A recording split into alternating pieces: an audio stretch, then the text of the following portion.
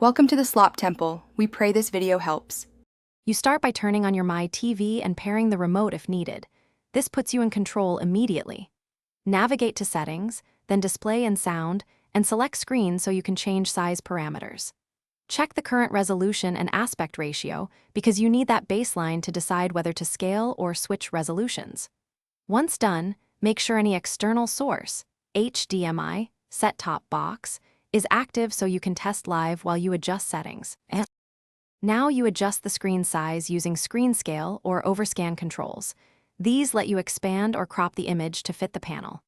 Use the position arrows to nudge the picture up, down, left, or right so menus and overlays sit inside the visible area. Make incremental changes and preview after each step so you can compare. Keeping the original aspect ratio prevents stretched or squashed images, which preserves correct geometry and avoids distortion of UI and video.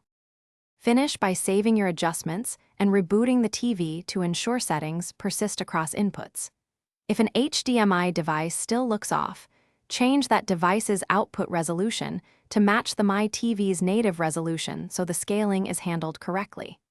If you see black bars, overscan, or distortion after changes, reset display to defaults and reapply only the necessary tweaks. This resolves most mismatches while avoiding deeper firmware or cable issues that might require replacement or update. Thanks for watching. Consider subscribing if we helped you.